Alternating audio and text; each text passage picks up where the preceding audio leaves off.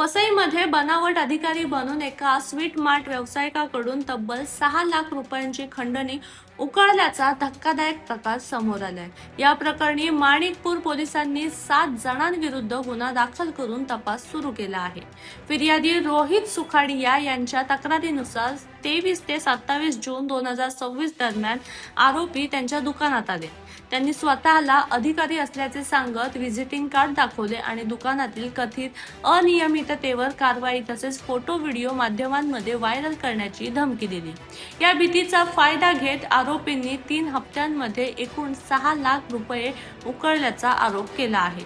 या प्रकरणी विजय बाबन जाधव, स्वाती विक्रांत तुलसकर, तेजस राठोड यांच्यासह 7 जणांविरुद्ध भारतीय न्याय संहितेच्या संबंधित कलमानुसार गुन्हा दाखल करण्यात आला असून माणिकपूर पोलीस अधिक तपास करत आहेत। सायबरच्या संदर्भात मीरा भाईंदर पोलीस आयुक्तालयाच्या वतीने आवाहन करण्यात येते की सध्या वेगवेगळ्या कारणाने गुन्हेगार हे लोकांना फसवण्याचा प्रयत्न करीत असतात।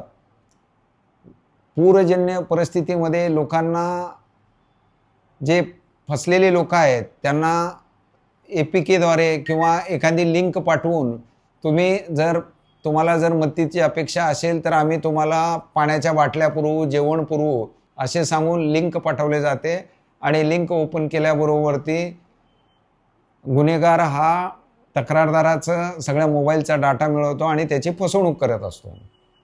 त्यामुळे अशा प्रकारे कोणी लिंक पाठवल्यास अधिकृत शासकीय यंत्रणेला विचारल्याशिवाय कोणीही लिंक ओपन करण्यात येऊ नये असे मीरा भाईंदर आयुक्तालयाकडून आवाहन करण्यात येत आहे।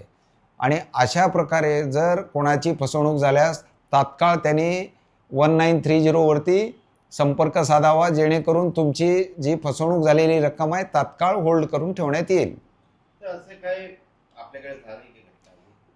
आपल्याकडे झालेले नाही, परंतु अशा प्रकारे गुन्हेगार हा शोध घेत असतो आणि प्रसंगावधान साधून तो नवीन वेगवेगळे आयडिया तयार करून लोकांची फसवणूक करीत असतो। त्यामुळे अशा प्रकारे कोणी संपर्क साधू नये किंवा अनोळखी इसमाचे फेसबुकवरती फ्रेंड रिक्वेस्ट असेल तर ते देखील त्यांनी कोणी स्वीकारू नये। इंस्टाग्रामवरती कोणी जर अनोळखी इसमाने जर रिक्वेस्ट पाठवली तर त्याचे देखील फ्रेंड रिक्वेस्ट स्वीकारू नये। आणि कोणी APK फाईल जर पाठवल्यास ते देखील स्वीकारू नये।